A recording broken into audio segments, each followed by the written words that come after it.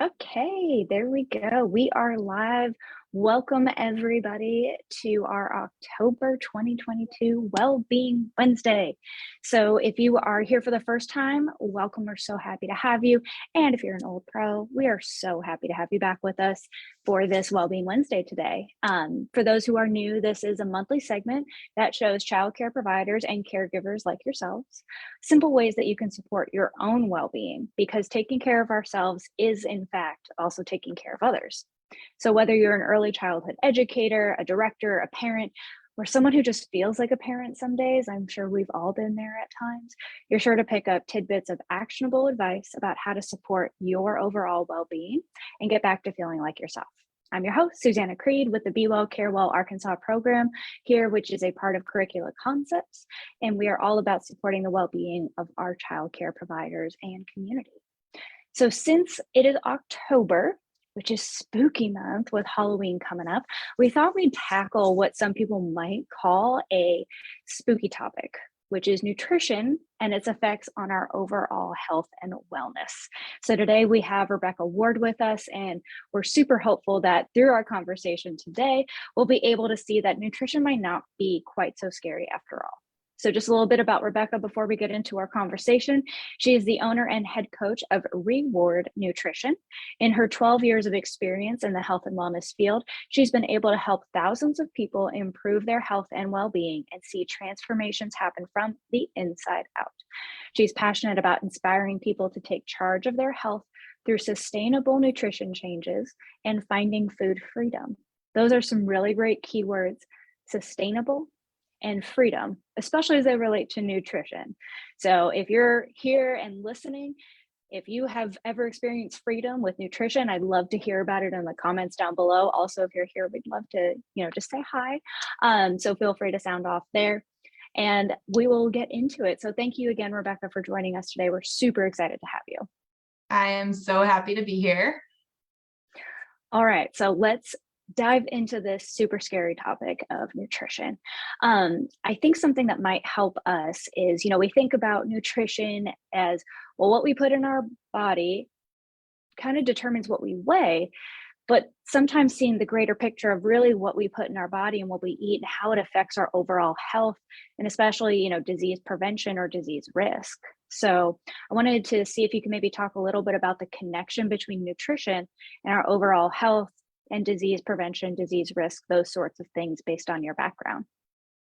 Yeah, absolutely. So that's one of the things that I say when we do transformations from the inside out, that's what I'm referring to. Of course, I have tons of transformation pictures that we can see when we look at people and we're like, wow, they lost weight. They, skin looks better. They look healthier. They'll talk about how much better they feel. But I also have a lot of clients that are doing their blood panels and things. And the other things that I get even more excited about when we see that transformation on the outside, really what happened first was we were transforming how their body is functioning. So their blood pressure is going down, their blood sugar is more regulated. We're seeing cholesterol levels come down. And with all that comes, I've got more energy, I feel better. So now I move more. And so it's almost cyclical in nature where as we make those nutrition improvements and health improves, it gets a little easier because our energy is better, our mood's better, our body's functioning better. And so the results just kind of continue to come. And so the outside's connected with the inside. Sadly, about 20% of Americans and 40 of children in America and 42% of adults have obesity. And when you are obese, it's not really about how the outside looks. I'm all for embracing and being happy with ourselves. But when we have obesity, we're now at risk for heart disease, type 2 diabetes, and some cancers. And specifically, it's Breast Cancer Awareness Month. So endometrial cancer and breast cancer in postmenopausal women have been linked to obesity and increased sugar and processed food intake. So when we can start to control or manage some of those things, then we're going to get the results on the outside. But first and foremost, we're going to see those changes on the inside and how it can help, our health. Yeah. And that's, I've been hearing more about that, and especially, a lot of the like people who work in childcare are women. And so our bodies operate different than men's bodies, and that's just part of it. That's normal. That's biology and anatomy. But I've been hearing a lot more about how there have been linkages between like breast cancer and quite a few of the nutritional things that we experience. And, I love what you said about like embracing our body, right? Because it's not about how we look necessarily. I can love myself as like a big, beautiful woman, whatever it is, but it's how it's affecting my health that is more of the concern. Like if I have all of those things, but the insides and my cholesterol and my blood pressure and all of those are good, then that's okay. And we can Exactly. also accept and love ourselves while working on making our body internally healthy. So it's not like a one or the other. It's not like, well, if I'm trying to lower my blood pressure, I can't love my body and love myself where I'm at.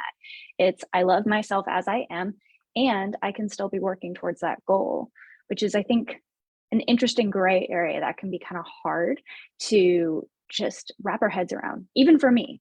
Actually, especially for me. I'm definitely a black or white thinker. And so that's very gray of just, working with that. And so actually, I wonder if, in your work with clients, have you had that experience where, health wise, they want to change their diet, maybe they want to change their weight, but maybe they're also struggling with, that body acceptance and accepting where they are and kind of the frustrations of that whole process. So what are maybe some things that you've noticed with your clients, and how do you kind of talk them through those difficult periods and kind of inhabit that gray area, if that makes sense?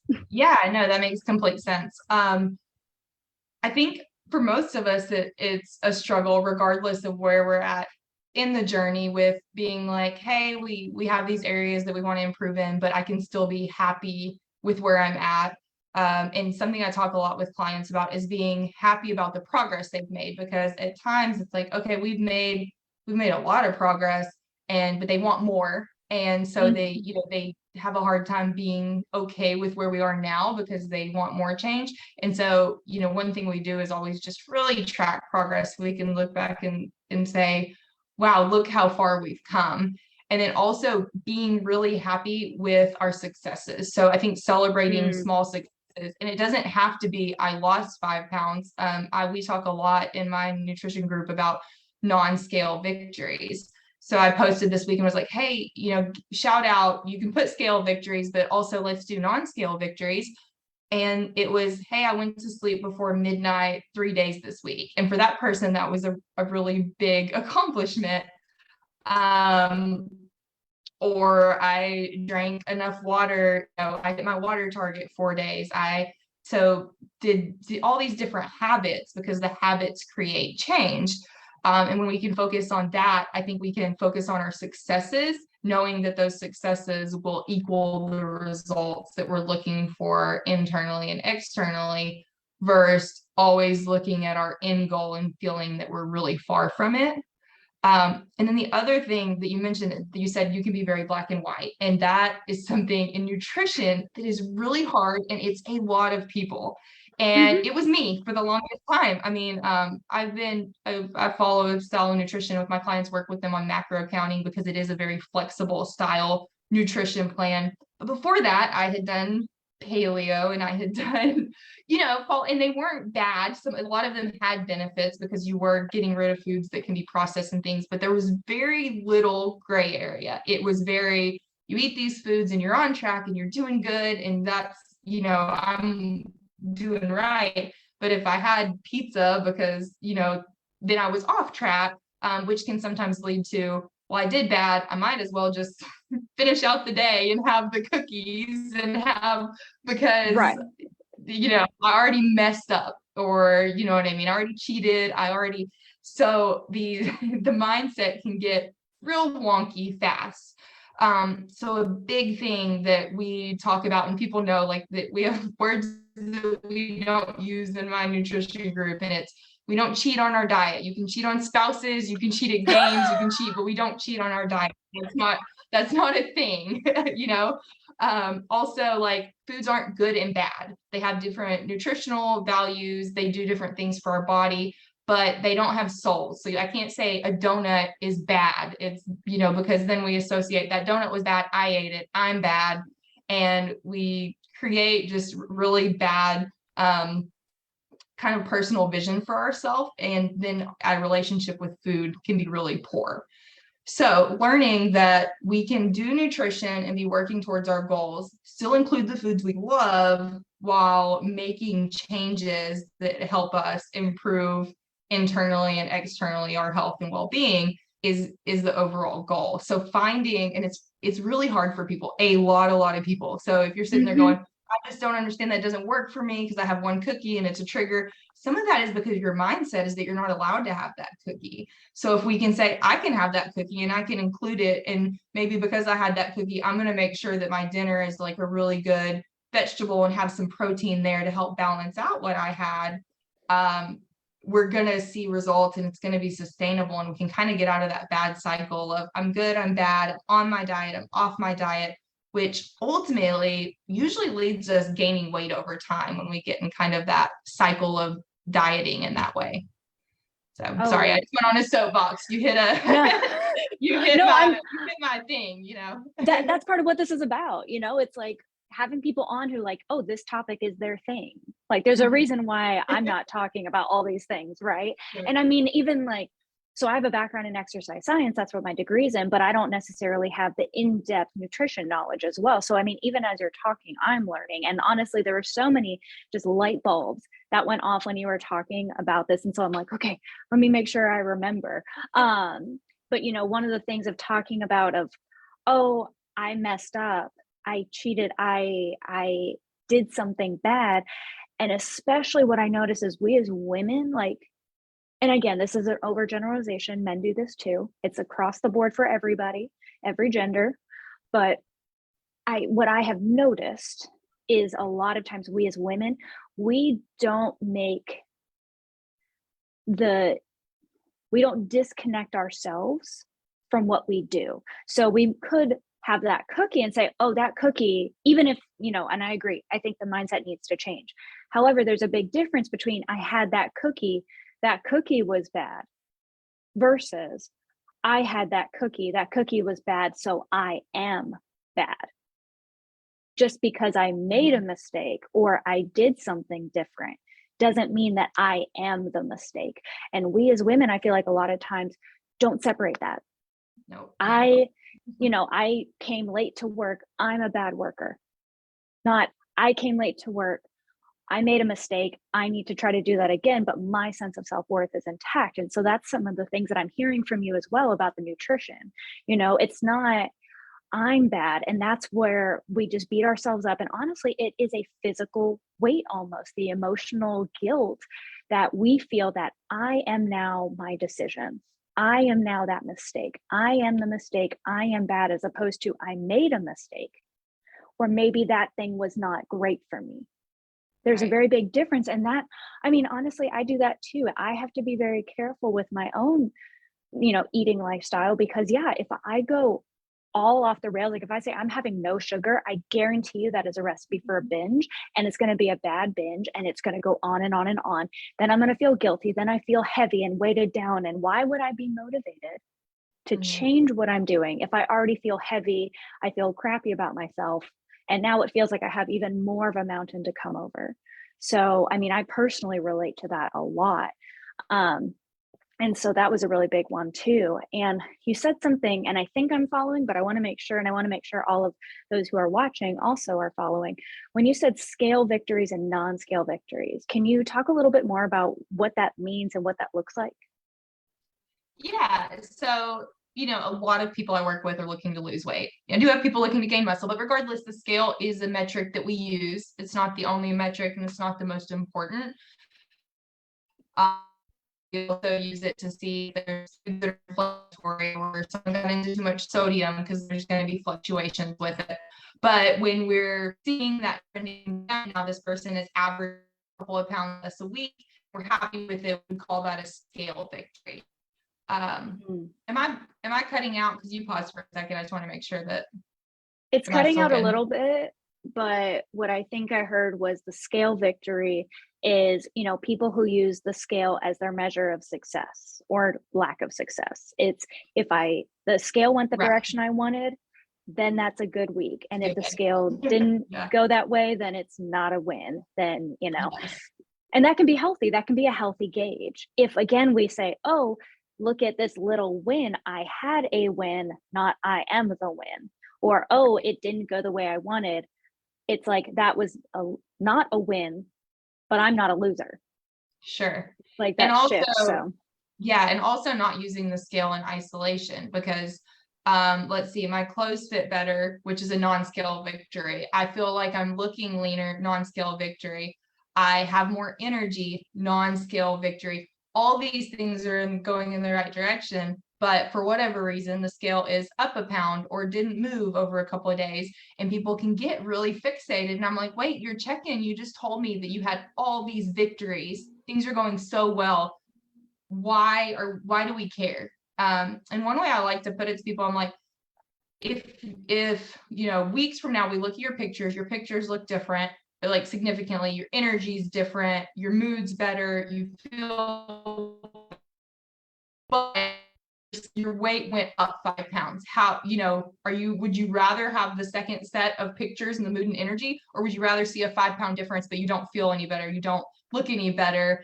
And it kind of takes that and goes, oh, wow, like I am really attaching my progress and worth and everything to a specific number rather than just looking at it as data and then saying, okay, but everything else is going the right way. The scale will follow. If all those things are trending, your clothes are fitting better, the scale can go up and down for numerous reasons. The client comes to me as like, the scale bumped up 4 pounds overnight. Well, you didn't gain fat, so there's a reason. And I'll go down, did you eat later at night? Did you eat more sodium yesterday? Are you about to be on your cycle? If you're a cycling individual, did you have poor sleep? I mean, not enough water. There's just numerous reasons. So our scale victory is when people are attaching value to only the scale. We see the scale go down, it's positive. It went up or it didn't move, like now it's negative. Whereas our non-scale victories can also be indicative of progress, and to me are often more valuable. And those are the things where, or I went to my doctor and they told me, someone sent me their numbers yesterday and it was like everything was in range, which it hadn't been. Their blood sugar levels were regulated. A1C looked better. Blood glucose. They're like, I need my, good cholesterol to be up a little bit. And I'm like, no problem. Like if everything is in range and it hasn't been, like, we are super happy with that. That's an easy fix. And so we try to really focus on that. And also remembering, we were talking about if you eat a cookie and, now we go down I didn't do great, and maybe it kind of leads to worse because you felt like you weren't doing good. I think when we look at the decisions as how they're changing us on the inside, like a cookie, it's not going to affect our overall health too much, having a cookie here and there. But when we think about how might it affect our overall health if now I go on this huge binge because I didn't do good, and now in one sitting, I had thousands of milligrams of sodium and hundreds of grams of sugar and whatever else, that the impact on our health is, can be a little bit more substantial. So I think each decision being, hey, yeah, I ate a cookie, no big deal. Now my next choice of food, I have the option to make a better decision, and each one kind of being isolated versus going down. And the mind shift of getting away from how we view food in good and bad terms, I think really helps with that, because then we just get away from that association, and then the cookie becomes not a big deal. You can include these things and still have a really healthy overall nutrition plan and diet, and still see healthy, your health markers improving, and still see your weight change even. It's just about knowing how to balance that. And I think not letting that one cookie overtake your whole day or week. The best way, like I have to describe it is, if you have a budget and you realize that you just like, oh, I blew my budget, I like went over.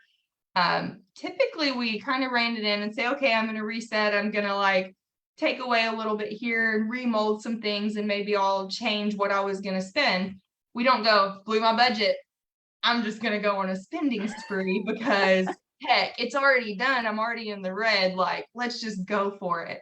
And we do that with food. And when you put it that way, it sounds crazy, right? Like, why would you do that? But it's a good way to kind of like gauge, like, okay, I'm just a little over, a little bit outside of what I intended to do. That's fine. I can just kind of make some changes. Maybe for dinner, I won't have another cookie. I'll have protein and it'll balance it out. It's not a big deal. So Yeah, I love that. And also for those watching, we have about 10 minutes left. If you all have any questions, specific questions about nutrition or anything that you want to, us to talk about here, or a question you have for Rebecca, please feel free to put it in the comments. I'm checking that out as well. And this might actually be a little bit more personal than what I normally share on Wellbeing Wednesday, but I feel like it's important. So you talk about, the non-scale victories, and a lot of times the reason for us shifting our nutrition and shifting our health might not just be always weight related. For me, I found about 7 or so years ago that one of the big triggers for me personally, not for everybody, so this is not anybody else do this if this is not right for you, but for me is like desserts. Like I was a dessert fiend, like any sort of cake, cookie, ice cream. I mean, it was just, and sure, it was affecting my weight, but really what it was affecting was my mood. My mood was all over the map. And I got to a point where I was like, I can't feel this way anymore. So what I did and this is kind of like my middle of the road, what I do is I know that I cannot start a dessert like that and not finish the whole thing. So for me, desserts are off limits because of my mood. It had nothing to do with my weight, y'all. It was just my mood. However, that doesn't mean, I have zero sugar all the time. I, have no sugar ketchup, no sugar spaghetti sauce. Like, because for me, the other end of that is if I go completely restricting and completely off of all sugar in any way, shape, or form, that is also a recipe for me to binge. And then that's going to start the exact cycle that you talked about. I have learned that, unfortunately, through a lot of trial and error. So for me, I found a middle ground of these certain things are too much for my mood, irregardless of my weight. And then these other things, though, I can still incorporate, and I need to, because that keeps me in the balance in the gray area. So if we're ever out and it's like, oh, do you want dessert? I'm usually like, no, because I overdid it on those sweets way too young.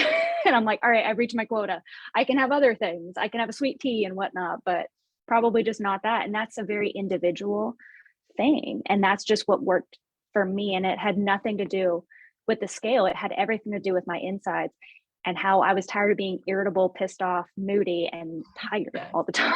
And that's another thing that, again, it's personal, but it is something sometimes I have people try when they just like aren't feeling good, is really focusing on how they're pairing their foods. Because I cannot eat something sugary, like a dessert. Typically you eat it kind of standalone, maybe right after the meal, which would help, but maybe you're just having the dessert and it is really high sugar. Sometimes there's some fat, but not usually to quality, right? So if I'm going to have something, and this has helped with a lot of clients too, is pairing it with a protein and like a more complex fat meal, because the protein and the fat slow the digestion of the sugar, so our body reacts to it differently. And so that helps me, because post kids, my blood sugar seems to be way more sensitive than it ever was. And same thing, like if I eat something, I will feel not great and moody, and then I crash really, really hard. And so, and this is great advice for any meal, really. If we can get a protein source, a carb source, and a fat source in a meal, really, it's a great way to put meals together, just for balance, to keep our blood sugar levels balanced throughout the day, which can help with like preventing type 2 diabetes, or if you already have type 2 diabetes, it's a really good way to help regulate it. And then also to help, like with you said about how you feel. And that's something I tell people too, because they'll be like, do you not eat XYZ? And I'm like, I do, but Right. the longer I've been in the nutrition arena, the less I do, because certain foods they make me feel so bad. I'm like, I don't not have them because I'm worried I'm going to gain weight, or because I'm worried about whatever, really. I don't even want to say health necessarily, because in that one instance, isolated, Yeah, it's just, right. it makes you feel so terrible that it's like, it's just It's just you not worth don't it. want it. Yeah. Yeah, And you it's like feel it's not so that I good. yeah. Yeah. So It's that you're was a not really good point. even yeah, it's not so much like I'm actively restricting. And honestly, like for me, that's what keeps me from doing it. I'm like, it was hard. It was hard for like the first month, but after that, I'm like, honestly, I don't even want it anymore. And Mhm. that comes with time and practice, but like, Yes. I don't want to feel that bad. I'm also allergic to dairy and eggs. So most desserts have that. And I just kept eating it Yeah. anyways. So I was Yeah. like, That I would definitely feel makes doubly you feel crappy. And terrible. I was Right. like, honestly, I just don't want it anymore. It's not worth a migraine. It's not worth a headache. It's not worth all that stuff. So I'm just like, it's really, it gets to that point with a lot of time and practice. And so I want to see if here we have some questions. Okay. So what's an example of what you would pair? Something that I heard, and I kind of want to check my own understanding, is like for a snack, instead of just having like an apple or applesauce, pairing it with like some peanut butter or yogurt, or even if you have a cookie as a snack, like can you have some peanut butter with it or something like that? Yeah. Yeah. Something like that. Yeah.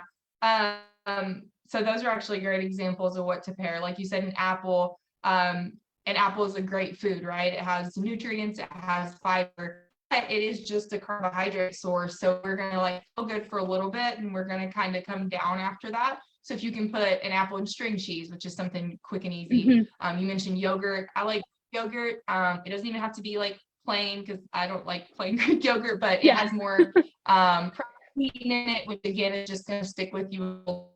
Peanut butter is a great option. I will say with peanut butter, nut butters in general, it's just be weary of your portion, just because it's Mhm. easy to overdo it with those. But nuts themselves, a handful of nuts is really great, because it takes our body a little longer to digest, and they have more fiber.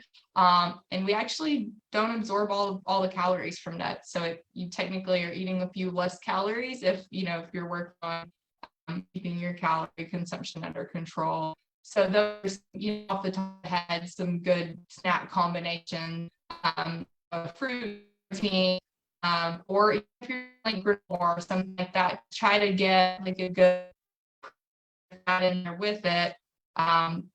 So my go-tos for like snack thing would be, like you said, Greek yogurt, string cheese. Those are great because they have a little protein, little fat.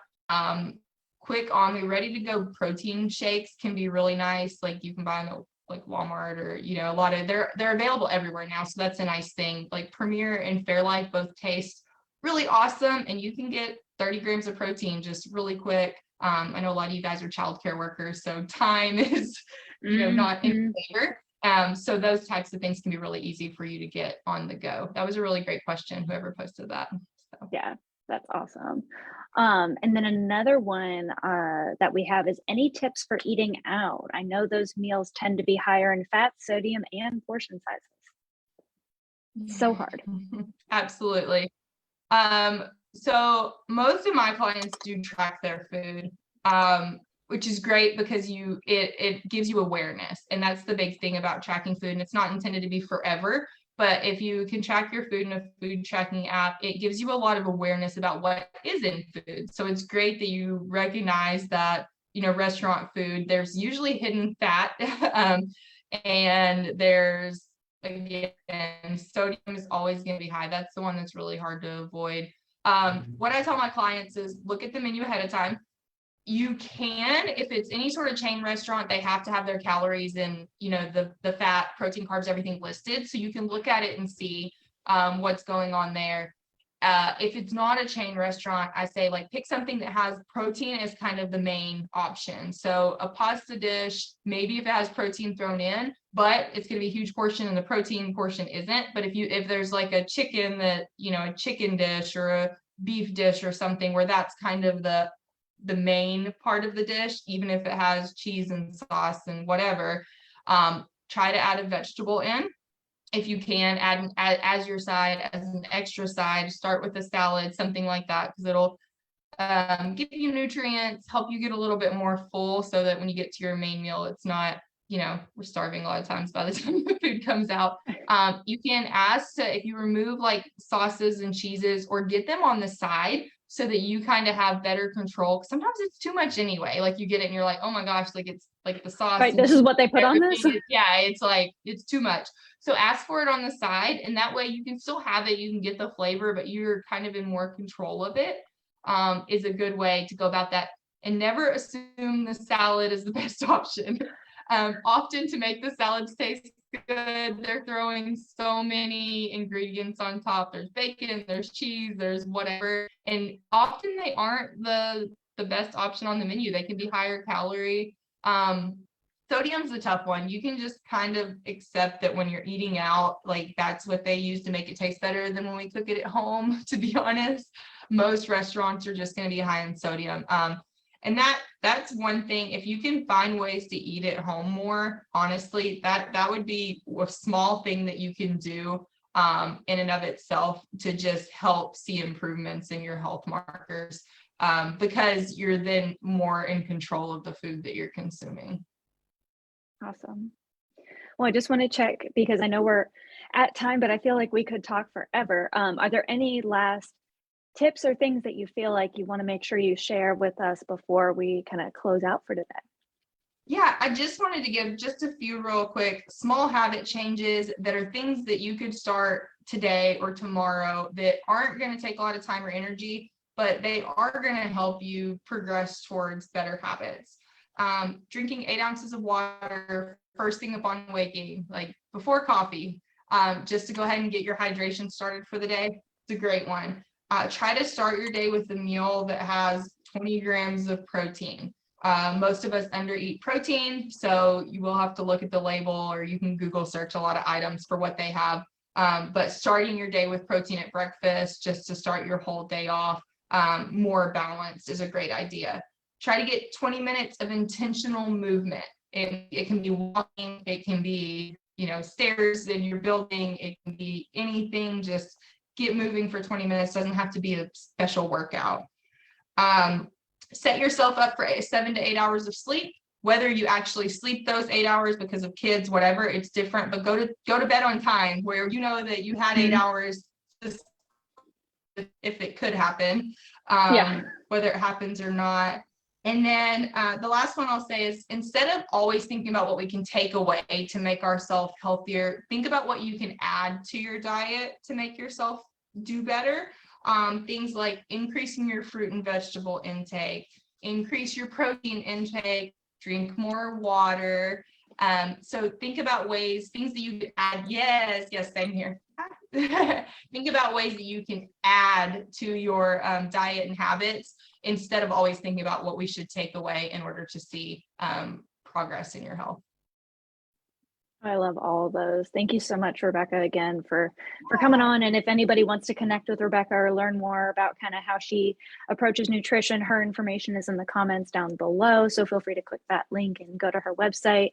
I believe there's a contact page there so that they can reach out to you if they need it. But I hope that through our conversation today, you shared a lot of your insight.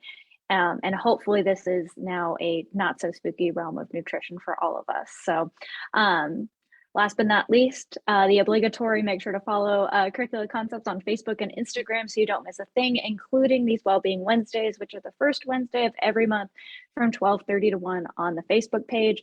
Feel free to share this with anybody who you think would enjoy it, or if there's just someone you want to share the info with and kind of gab about and talk about it with, go for it.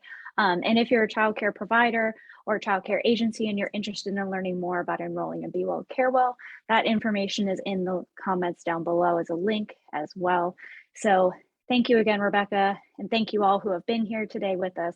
This has been another Wellbeing Wednesday. I'm your host, Susanna Creed, wishing you well for the rest of October. Bye, everyone. Bye.